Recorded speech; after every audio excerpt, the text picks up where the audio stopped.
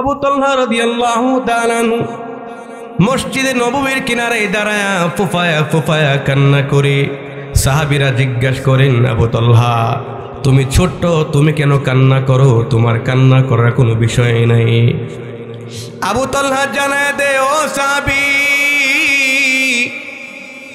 আল্লাহর নবী সকল মানুষকে জানায় দিছেন যারা দুনিয়াতে মানুষের রূপ ধারণ করে দুনিয়াতে এসেছে তারা সব মানুষগুলা জাহান্নামের অন্তর্ভুক্ত, ক্ষতিগ্রস্তের অন্তর্ভুক্ত।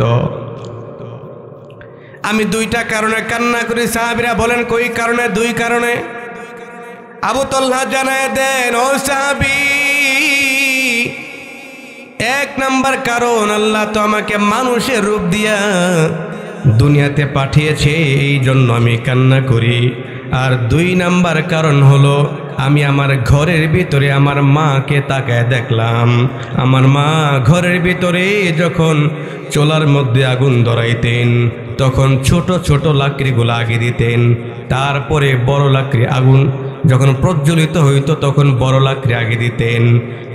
ওই আবু তালহা জানায় দেন, সাহাবী, আমি তাকায় দেখলাম আমার মা ছোট্ট লাকড়িগুলো আগে দিতেন, যখন আগুন প্রজ্বলিত হইতো তখন আমার মা বড় লাকড়িগুলো আগে দিতেন।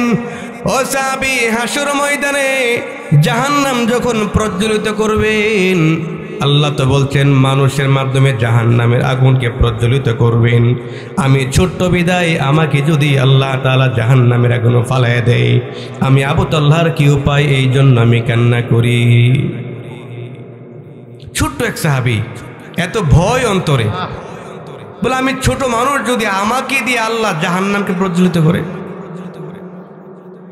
তো এই অবস্থা দেখার পরে সমস্ত সাহাবীরা কান্না করে, হায় হায়, আমরা এত মানুষের রূপ ধারণ করে দুনিয়াতে আসলাম, আল্লাহ আমাদের জন্য বলছেন লাফি খুসর, আমরা জাহান্নামী ক্ষতিগ্রস্তের অন্তর্ভুক্ত। আল্লাহ রাব্বুল আলামিন এরপরে আয়াত নাজিল করতেছেন, ইল্লাল্লাযীনা আমানু, এই মানুষগুলোর মধ্য থেকে যারা ঈমান গ্রহণ করবে তারা ব্যতীত,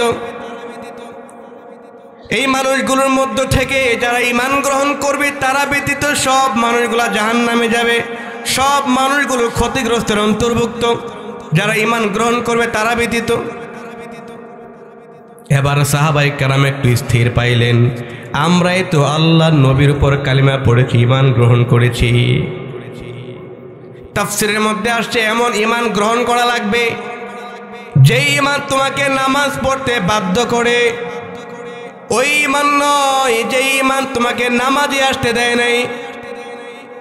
কেমন ঈমান? যে ঈমান একেবারে জীবন পর্যন্ত দিতে রাজি দ্বীনের জন্য, ওই ঈমান নয় যে ঈমানের কোনো দাম নাই, মানুষের সামনে খারাপ ব্যবহার করতে পারে, এমন ঈমান নয় যে ঈমান তোমাকে বেহায়াপনা করতে বাধ্য করে, ওই ঈমান নয় যেই ঈমান তোমাকে জানার কাজ করতে বাধ্য করে, এমন ঈমান, ওই ঈমান গ্রহণ করা লাগবে যে ঈমান তোমাকে নামাজ পড়তে বাধ্য করবে, ওই ঈমান তোমাকে রোজা রাখতে বাধ্য করবে, এমন ঈমান গ্রহণ করা লাগবে।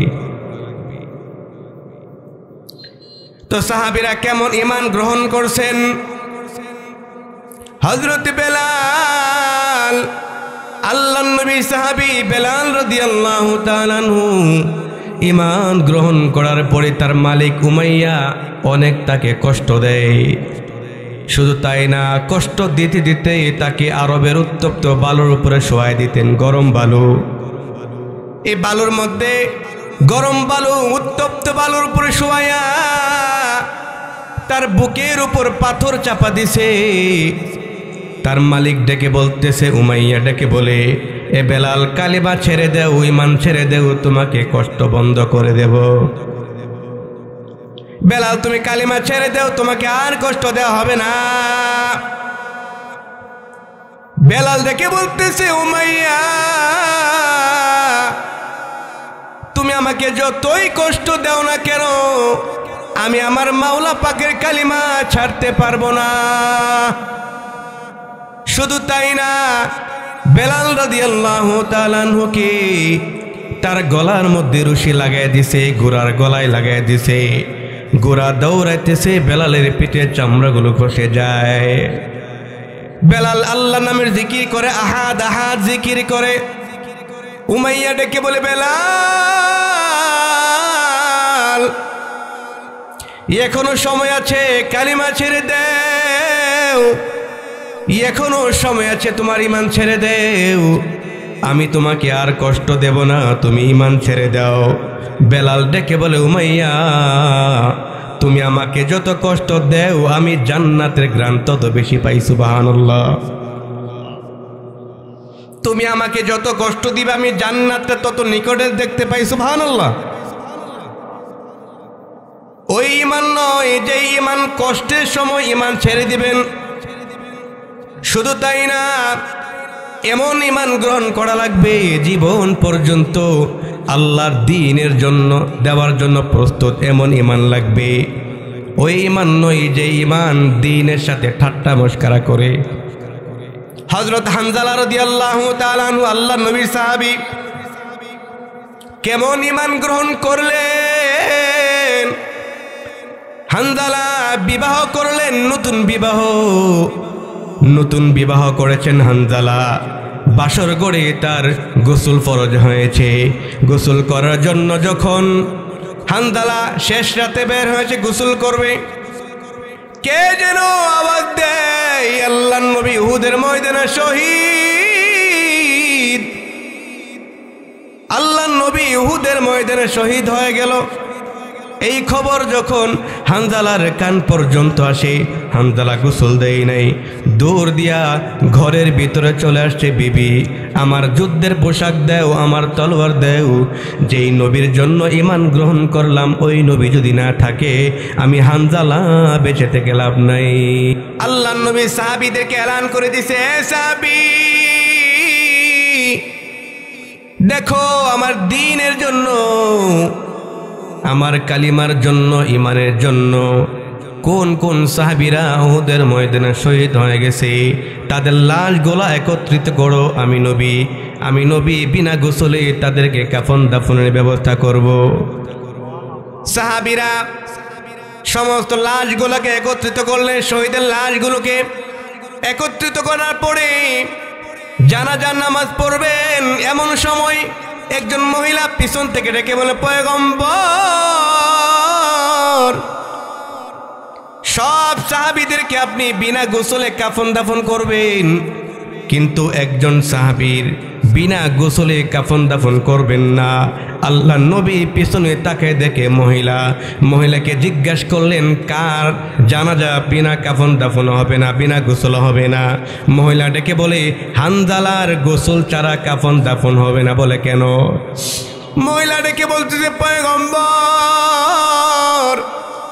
ও পয়গম্বর আপনার সাহাবী হানজালা মাত্র বিবাহ করেছে, একদিন হয় নাই, বিবাহ করেছে একদিন হয় নাই, তার গোসল ফরজ হয়েছে বাসর ঘরের মধ্যে, কিন্তু হানজালা গোসল দেয় নাই আপনার দ্বীন রক্ষার জন্য, ঈমান রক্ষার জন্য।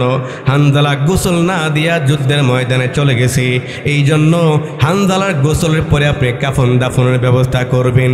আল্লাহ নবী সাহাবীদেরকে আদেশ করলেন, যাও তার এই গোসলের ব্যবস্থা করো। এমনি আল্লাহ তাআলা জিবরাইলকে পাঠিয়ে দিলেন। ও জিবরাইল এই মুহূর্তে আগমন কেন, এখন কেন আগমন করলেন? জিবরাইল জানায় দেন, পয়গম্বর ওই হানজালার গোসলের দৃশ্যটা এমন হয়েছে, আল্লাহ তাআলা আমাকে পাঠিয়েছে, দুনিয়ার পানি দ্বারা তার গোসল হবে না। সুবহানাল্লাহ বলেন। দুনিয়ার পানি দ্বারা তার গোসল হবে না। বলে কি দিয়া? জিবরাইল জানায় দে, পয়গম্বর আল্লাহ তাআলা তাকে এমন ভাবে কবুল করেছে, আল্লাহ তাআলা তাকে এমন ভাবে কবুল করেছে, আল্লাহ রাব্বুল আলামিন জান্নাতি পানি দিয়া জান্নাতি ফেরেশতার মাধ্যমে তার গোসল করা দিয়েছে। সুবহানাল্লাহ। আর একটু আওয়াজ করে পড়ো, সুবহানাল্লাহ। কেমন ঈমান গ্রহণ করলেন হানজালা রাদিয়াল্লাহু তাআলা আনহু।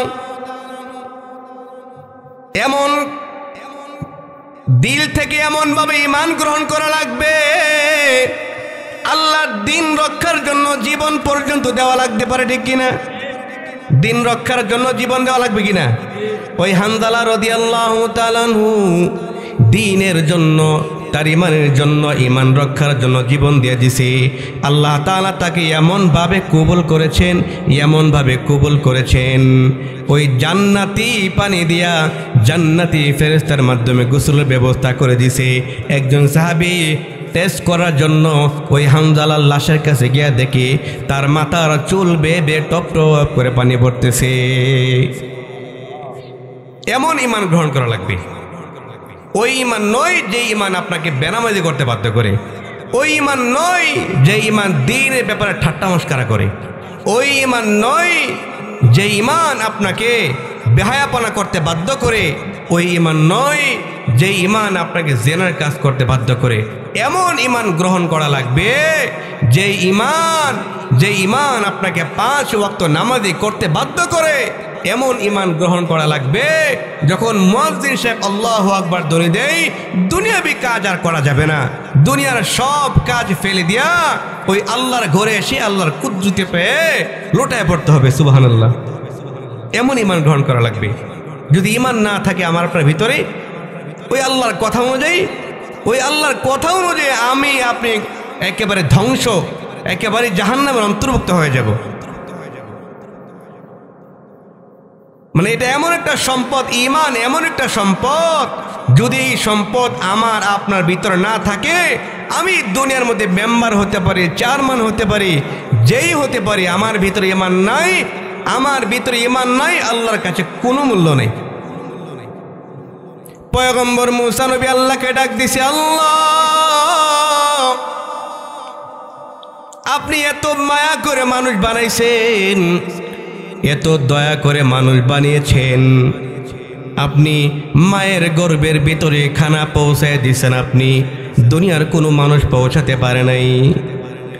আপনি এত মায়া করে সম্মান দিয়েছেন, ওয়ালাকাদ কাররামনা বানি আদম, আপনি মানুষ সম্প্রদায়কে সম্মানিত করেছেন, ওই মানুষগুলাকে কেমন করে জাহান্নামের আগুনে পোড়াবেন? মুসা নবী আল্লাহ তাআলার কাছে প্রশ্ন করলে আল্লাহ তাআলা বলতেছে, মুসা আমি তোমার এই প্রশ্নের জবাব দেব 4 মাস পরে। কয় মাস পরে? আর বলেন না কয় মাস পরে? দেখা যাইতেছে না আপনাদেরকে অন্ধকার? একটু আওয়াজ করে বলবেন, কয় মাস?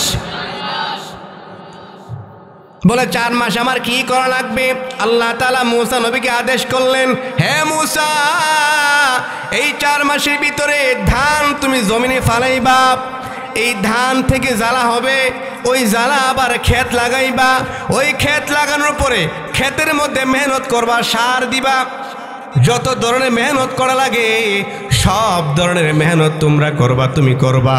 মেহনত করার পরে ওই ক্ষেতের মধ্যে ধান আসবে, ওই ধান যখন পাকবে ওই ধান কেটে বাড়িতে নিয়া ধান চুরবা, ধান চুরার পরে ওই ধানগুলা সিদ্ধ করবা, ওই ধান সিদ্ধ করার পরে ওই সিদ্ধ ধানগুলা রৌদ্রে শুকায়া একেবারে ডোলার ভিতর রেখে আমার কাছে আসবা, ডোলার ভিতর রাখবা, তারপরে আমি আল্লাহর কাছে আসবা। ঠিক আছে আল্লাহ। পয়গম্বর মুসা নবী আসলেন,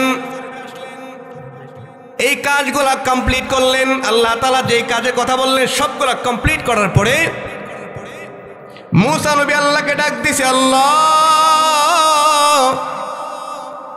আপনি যে আদেশ আমাকে করেছেন এই আদেশ আমি কমপ্লিট করেছি, আমি একেবারে দান ডোলাই রেখে আপনার কাছে আসলাম।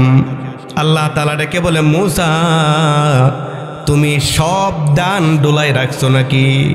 মুসা নবী বলে, আল্লাহ কিছু দান আছে, দানের ভিতরে চাল নাই, ওই চোচাগুলোকে আমি আগুনে পোড়ায় ফেলছি। আল্লাহ ডেকে বলে, মুসা ও মুসা তুমি যে চোচাগুলোকে আগুনে পোড়াইছো বলো এই চোচাগুলো আগুনে পোড়ানোর সময় মায়া লাগছে কিনা?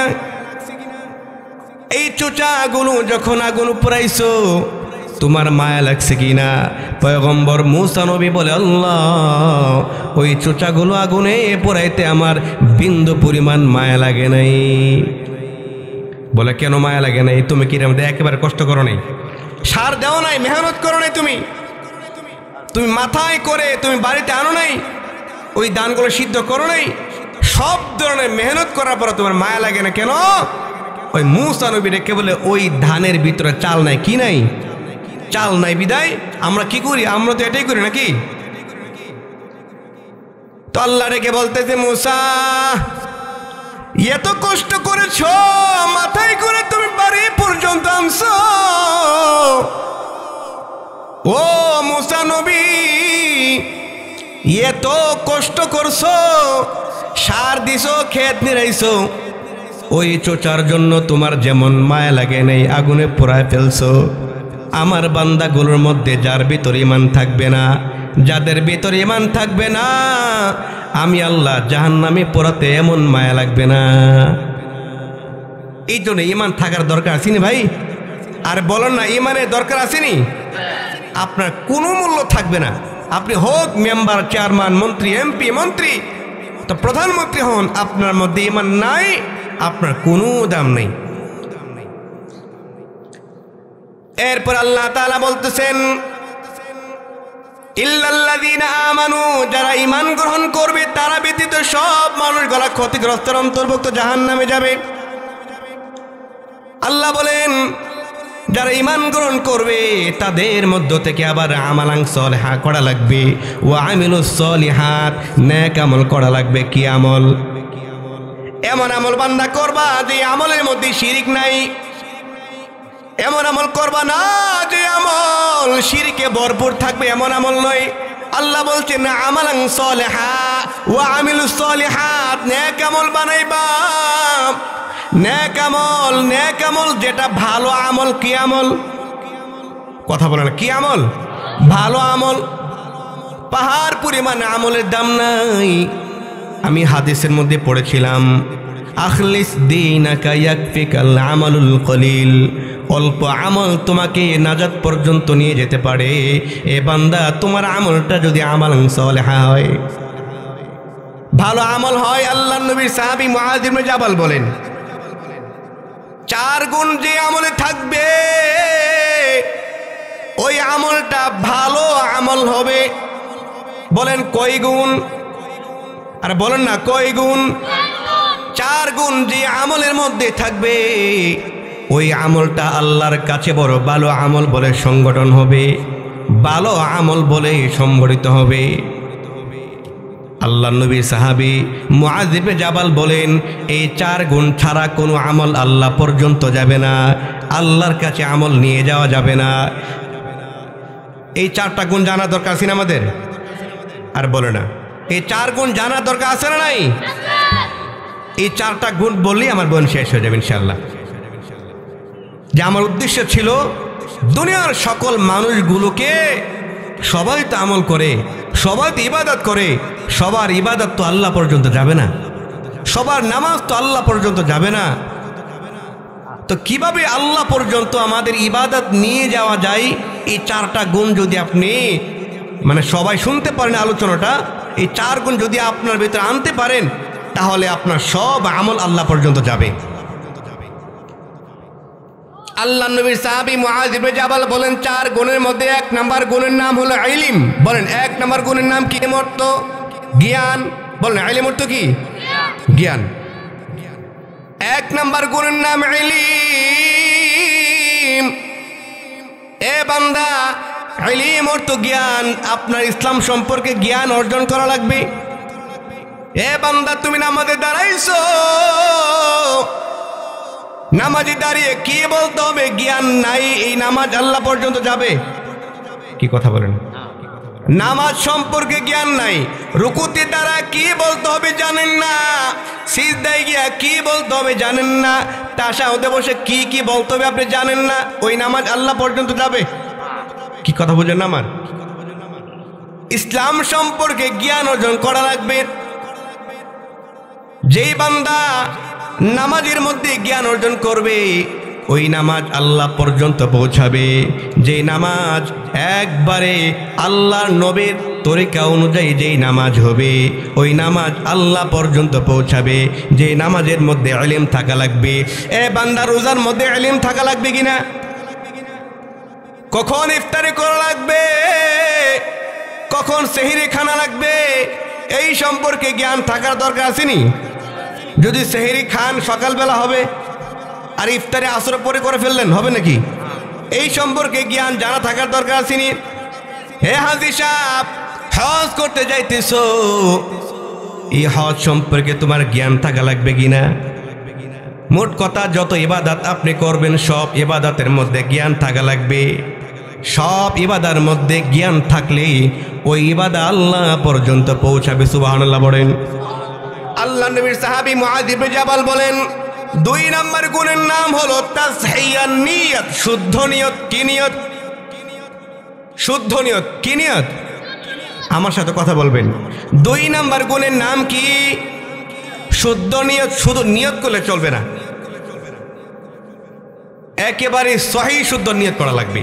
যখন আপনার নিয়ত খালেস থাকবে, ওই শুদ্ধ নিয়ত থাকবে, ওই নিয়ত নিয়ে নামাজ পড়া লাগবে। বলে নামাজের নিয়তের দরকার আসেনি ভাই? আরে বলেন না, নামাজের নিয়ত ছাড়া নামাজ হয়? হবে না। একেবারে শুদ্ধ নিয়ত করা লাগবে। চোরও তো নিয়ত করে যে আজকে রাত্রে আমি চুরি করবো এমুকের ঘরে, এটা কিন্তু নিয়ত হয়েছে, কিন্তু এটা কি নিয়ত না, সহি নিয়ত না। তো মানে কি নিয়ত করা লাগবে? মানে শুদ্ধ নিয়ত করা লাগবে। 2 নম্বর গুণের নাম তাসহিয়ান নিয়ত, শুদ্ধ নিয়ত। এ বান্দা, নিয়তের মধ্যে নড়বড় থাকলে আল্লাহ পর্যন্ত নামাজ যাবে না। নিয়তের মধ্যে নড়বড়, আল্লাহ পর্যন্ত রোজা যাবে না, হজ যাবে না, যাকাত যাবে না, কোনো দান সদকা যাবে না, নিয়তে নড়বড় থাকলে। এই জন্য নিয়ত ভালো করার দরকার আছে না নেই? আদম নবী দুনিয়াতে আসলেন। আল্লাহ তাআলা আদম নবীকে দুনিয়াতে পাঠানোর পর জঙ্গলের ভিতর থেকে হরিণগুলা দৌড়াইয়া আদম নবীর সাথে সাক্ষাৎ করতে গেলেন। আদম নবী তাদের পৃষ্ঠদেশে আদর করে দিলেন। আদর করে তাদেরকে জান্নাতি পাতা খাইয়ে দিলেন। তারা জান্নাতি পাতা খাওয়ার পরে আদম নবী থেকে আলাদা হয়ে জঙ্গলে চলে আসলেন। জঙ্গলে আসার পর সকল হরিণের দেহের মধ্যে সুন্দর ঘ্রাণ পাওয়া যায়। অন্যান্য হরিণগুলা জিজ্ঞেস করে, ভাই তোমাদের দেহে এমন ঘ্রাণ, তোমাদের দেহের মধ্যে কেমন করে ঘ্রাণ চলে আসলো? এই প্রথম দল হরিণী রেখে বলতেছেন, আমাদের দেহের মধ্যে সুন্দর ঘ্রাণ আসার পিছনে কারণ হলো আমরা আদম নবীর সাথে সাক্ষাৎ করতে গিয়েছিলাম। আদম নবী আমাদেরকে পৃষ্ঠদেশে আদর করে দিয়েছেন, জান্নাতে পাতা খাইয়ে দিয়েছেন, যার কারণে আমাদের দেহের মধ্যে সুন্দর ঘ্রাণ। দ্বিতীয় দল হরিণী, যারা আপনার দেখা করে নাই, তারাও পাগল হয়েছে, আমরা আদম নবীর সাথে সাক্ষাৎ করব। দ্বিতীয় দল হরিণী আদম নবীর সাথে সাক্ষাতে যায়। আদম নবী তাদেরকেও জান্নাতে পাতা খাইয়ে দিলেন, তাদের পৃষ্ঠদেশে আদর করে দিলেন। তারাও জঙ্গলার ভিতরে যাওয়ার পরে তাদের দেহের মধ্যে সুন্দর ঘ্রাণ নাই, তাদের দেহের মধ্যে সুন্দর ঘ্রাণ নাই। তারা আবার দৌড়াইয়া আদম নবীর কাছে আসছে, ও নবী, ওই দল হরিণী তো আপনার থেকে পাতা খেয়েছে এবং আদর পেয়েছে, তাদের দেহের মধ্যে সুন্দর ঘ্রাণ, আমরাও তো একই পাতা খাইলাম, আমাদেরকে একইভাবে আদর করে দিলেন, আমাদের দেহের মধ্যে কেন ঘ্রাণ নাই? আদম নবী হায়াতুল হাইওয়ানের মধ্যে উল্লেখ করেছেন। আদম নবী বলতেছেন, তোমরা ঘ্রাণ পাওয়ার জন্য আসছো, যার কারণে তোমাদের দেহের মধ্যে ঘ্রাণ নাই। এই নিয়তের মধ্যে নড়বড় ছিল। কি ছিল ভাই? কি কথা বুঝলেন না আমার? এই মানে 2 দল হরিণ। তো এক দল হরিণ আসছিল আদম নবীর সাথে সাক্ষাৎ করার জন্য, আর আরেক দল হরিণ কেন আসছিল? ঘ্রাণ নেওয়ার জন্য। তো নিয়তের মধ্যে বেদাল আসেনি? এই নিয়তের মধ্যে বেদাল থাকার কারণে আমলগুলা বরবাদ। আমার আপনার রোজা, আমার আপনার হজ, আমার আপনার যাকাত, আমার আপনার সব ইবাদত যদি আল্লাহ পর্যন্ত নিতে চায়, নিয়ত থাকা লাগবে 100%। নিয়তের মধ্যে ভেজাল, আপনার ইবাদত আল্লাহ পর্যন্ত যাবে না। নিয়তের মধ্যে নড়বড় আছে, আপনার নামাজ আল্লাহ পর্যন্ত যাবে না। নিয়তের মধ্যে বেদাল আছে, আপনার রোজা আল্লাহ পর্যন্ত যাবে না। নিয়তের মধ্যে নড়বড় আছে, আপনার হজ আল্লাহ পর্যন্ত যাবে না। নিয়তের মধ্যে নড়বড় থাকলে কোনো ইবাদত আল্লাহ পর্যন্ত যাবে না। তো 2 নম্বর গুণের কথা কি বলেছিলাম বলেন? নিয়ত। কি বলেছিলাম? নিয়ত। খালেস নিয়ত থাকা লাগবে, শুদ্ধ নিয়ত থাকা লাগবে।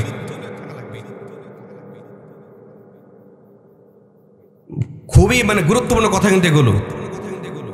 এবং 3 নম্বর গুণের নাম হচ্ছে ইখলাস।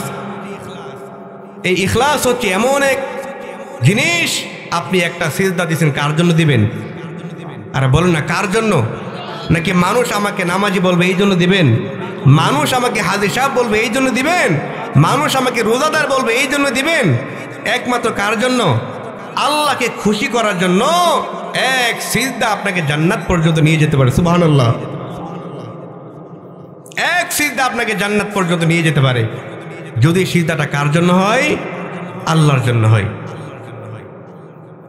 তো আল্লাহর জন্য যে আমলগুলো আছে, ওই আমল আল্লাহর কাছে উঠবে।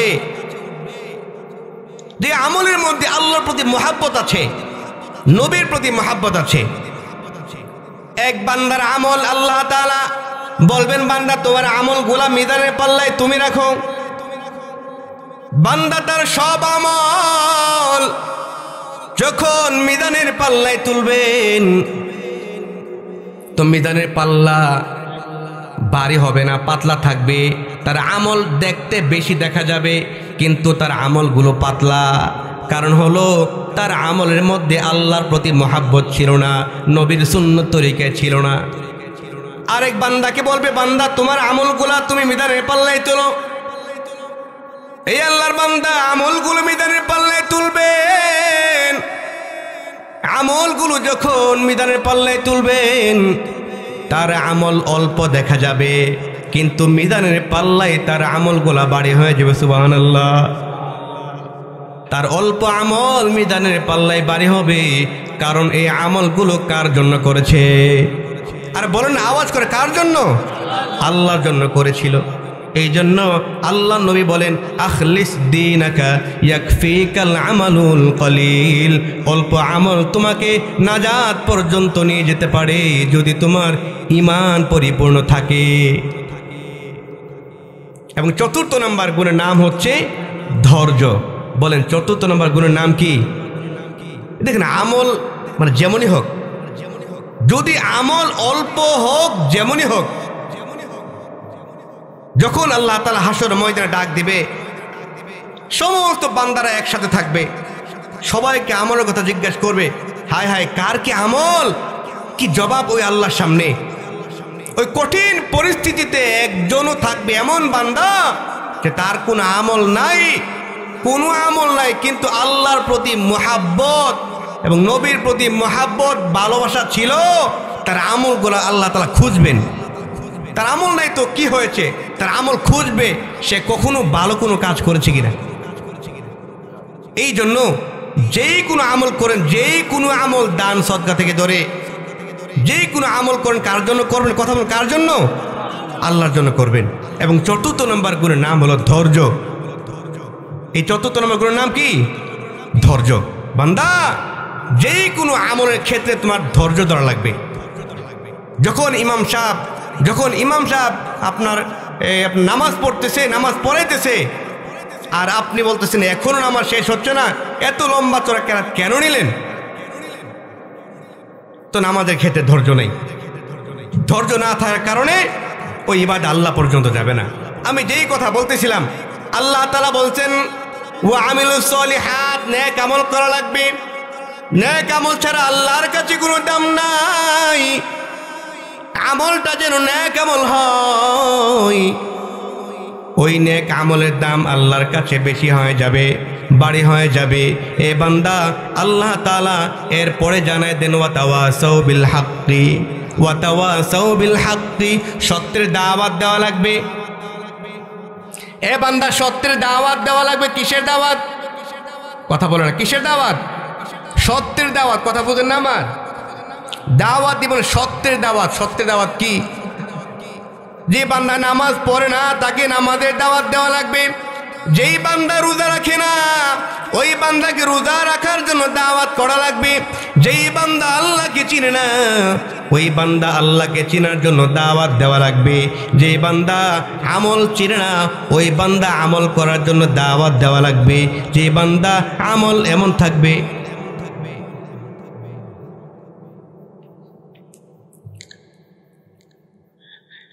তো সত্যের দাওয়াত দেওয়া লাগবে। যে মানুষগুলো নামাজ পড়ে না ওই মানুষগুলোকে নামাজের দাওয়াত দেওয়া লাগবে।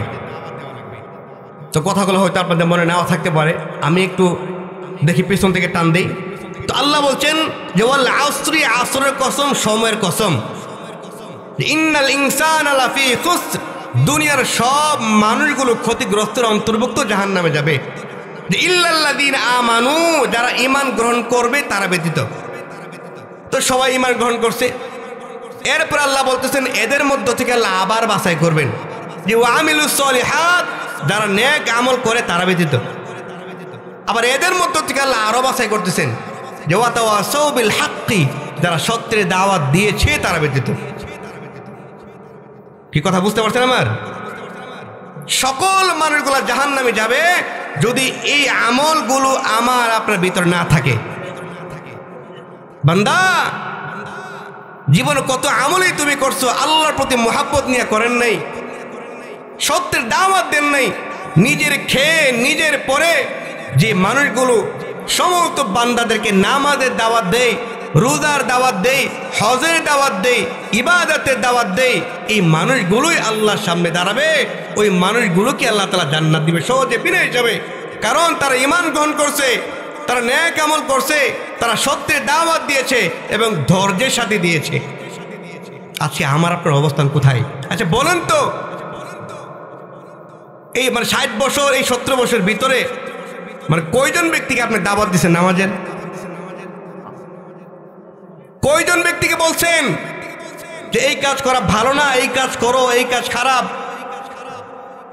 একজনকে বলেন না। আপনি কি জবাব দিবেন আল্লাহর সামনে? কি জবাব দিবেন বলেন না? ওই হাসরের ময়দানে যখন আল্লাহ জিজ্ঞাসা করবে, আরে আমলের পাহাড় নিয়েও তো মানুষ জান্নাতে যেতে পারে না। এক বান্দা 500 বছর আমল নিয়ে আল্লাহর সামনে দাঁড়াবে, হাদিসের কথা। ওই বান্দাকে আল্লাহ জিজ্ঞাসা করবে 500 বছর পর্যন্ত তুমি আমল করছো? বলে হ্যাঁ। তো তুমি বলো এখন তুমি তোমার আমল দিয়ে জান্নাতে যাইবা নাকি আমি আল্লাহর রহমত দিয়ে জান্নাতে যাইবা? তো ওই বান্দা বলছে 500 বছর আমল, আমি আমার আমল দিয়ে জান্নাতে যেতে চাই। এই কথা বলার পর আল্লাহ বলছে, ফেরেশতা আমার বান্দাটাকে জাহান্নামের চতুর্পাশে নিয়ে ঘোরাও। যখন আল্লাহ তাআলা আদেশ পেয়ে ওই ফেরেশতারা জাহান্নামের চতুর্পাশে ওই আমলওয়ালা ব্যক্তিকে যখন জাহান্নামের পাশে ঘোরাবে, ওই জাহান্নামের তাপের কারণে, ওই জাহান্নামের তাপের কারণে তার বুক ফেটে যাবে, তার কলিজা একেবারে শুকিয়ে যাবে। সে আল্লাহর কাছে বলবে, আল্লাহ ওই জাহান্নামের তাপের কারণে আমার কলিজা পর্যন্ত শুকিয়ে গেছে, আমাকে পানির ব্যবস্থা করে দেন। তো আল্লাহ তাআলা বলে, ফেরেশতা আমার এই বান্দাটাকে পানি নিয়ে দাও, 1 গ্লাস পানি। তবে 1 গ্লাস পানির বিনিময়ে তার থেকে 500 বছর আমল নিবা। তো ফেরেশতারা ওই বান্দার সামনে 1 গ্লাস পানি ধরবে। তো 1 গ্লাস পানি দেওয়ার পরে তো বলতেছে, পানি নিবা ভালো কথা, এই 500 বছর আমল তোমার কাছে আছেনি? বলে আছে। তো এই 500 বছর আমল দেও, তবেই তুমি এই 1 গ্লাস পানি পান করতে পারবে। ঠিক আছে, 500 বছর আমল দিয়া ওই বান্দা 1 গ্লাস পানি পান করলেন। যখন পানি পান করলেন, এই 1 গ্লাস পানি দিয়ে বান্দার তৃষ্ণা মিটে নাই। এ বান্দা আল্লাহর কাছে আরো আরজ করতেছে, আল্লাহ এই 1 গ্লাস পানি দিয়ে তো আমার তৃষ্ণা মিটে নাই, ও রব্বুল আলামিন আমাকে আরো 1 গ্লাস পানি দাও। ওই হাসরের ময়দানে ওই বান্দাকে আরো 1 গ্লাস পানি দিবে আর বলবে, ও ফেরেশতা তুমি আমার বান্দা থেকে আরো 500 বছর আমল নিবা। তো ঠিক আছে, ওই বান্দার সামনে পানি ধরছে। ওই বান্দাকে বলতেছে, ভাই তোমার কাছে আরো 500 বছর আমল আসেনি, তো আমার তো আর আমল নাই, এখন কি করবে? ওই বান্দা বুঝে ফেলছে যে 500 বছর আমলের বড়াই করে কোনো লাভ নাই, এই দুনিয়াতে কত গ্লাস পানি পান করছে আমাদের হিসাব আছে?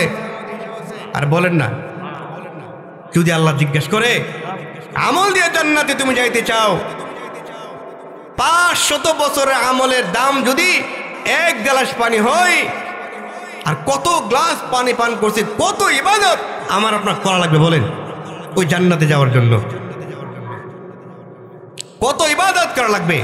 হুজুর আশা করছেন না? একটা স্লোগান দিবেন আওয়াজ করে, না নারায়ে তাকবীর, নারায়ে তাকবীর, নারায়ে তাকবীর।